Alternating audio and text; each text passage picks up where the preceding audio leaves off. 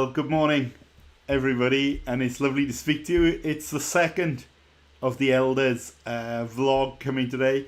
The timing's a little bit out. There's a few complications in lockdown, but Lewis is going to bring a word to really encourage everyone this morning. God bless you.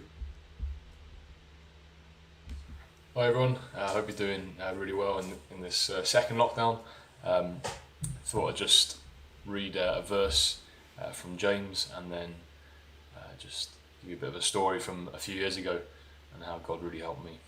So it's James chapter 4. Submit yourselves then to God, resist the devil and he will flee from you. So about 4 years ago, my job situation completely changed. I was in a job teaching in the college and really enjoying it. Things were very settled. I could see myself being there for pretty much the rest of my working career. And I was really happy in that job, really enjoyed the people I worked with. But then things changed quite suddenly with the funding cuts that came in from the government, and seeing as I was the last person into that job role, there was very few hours left for me and hardly any work. So we took the decision I would stay at home and look after Rudian for a while until I found some other work. And that was really hard. Like initially I thought it'd be good, and Rudian was only about 1 year old and it was really nice to spend some time with him, but I found it really hard. Like you'd be okay for the first sort of half an hour of the day, and it was difficult. I think on the outside I really sort of portrayed that everything was okay and that I was in control of things and that I knew I'd find another work, but I wasn't certain I would find another work. I was really worried.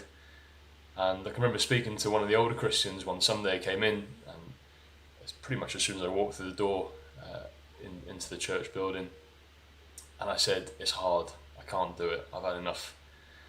And he pretty much shouted at me, "You've got to submit." Or he raised his voice, you need to submit. And he gave me a big punch as well. I think I've still got the bruise on my arm from about 4 years ago. You've got to submit. And that really changed everything then for me. I thought he was going to sympathise and tell me how, he realised how hard it was. And he did kind of say that, but he said, you have to submit. And from that point on then, I realised that's what I needed to do, that I was in a mess. From that point on, God really began to speak to me. I knew that he was putting a finger on something in my life which wasn't right, and that it needed to change. And that was the thing that he was showing me and teaching me, was that really I'd placed a big emphasis on having a successful job and being a well-respected person, a well-respected man. And really what I learned was through sermons, through RBTs, I learned that what was important was to be a man who trusts God. That when I die and my family and friends, my children are standing by my graveside, that they look and say he trusted in Jesus. He was a man of God who trusted in Jesus. I still found it hard at times looking after Rudy at that time, but it really changed my whole perspective. I knew that all I had to do was just to trust in Jesus and he would take care of me. I think what I learned really from this verse then also is that we can't live the Christian life on our own. We can't stand against the devil's lies. He's always trying to kill us. He's always trying to take us down. Every moment of the day there's a lie that might come into your mind, and we can't stand against that without Jesus. The first thing we have to do is to submit. We've got to give ourselves to God. He really speaks to us. He really spoke to me when I gave myself to him, when I realised I just couldn't carry on without him. I realised that I needed Jesus. So when we give ourselves to Jesus, he really then speaks to us. And what does he give us in return? He gives us Jesus. He gives us Jesus, the man who's full of life and hope and peace and comfort. So whatever trial we're going through, whatever difficulty we're facing, we can know that there's other members of Mount who are going through the same or similar trials,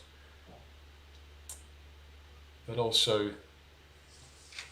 that he longs to comfort us. He longs to give us peace and life, just in a way that we can't understand, because his ways are much higher than ours, aren't they? Jesus really cares for you. He loves you. He longs to speak to you. He longs to have a chat.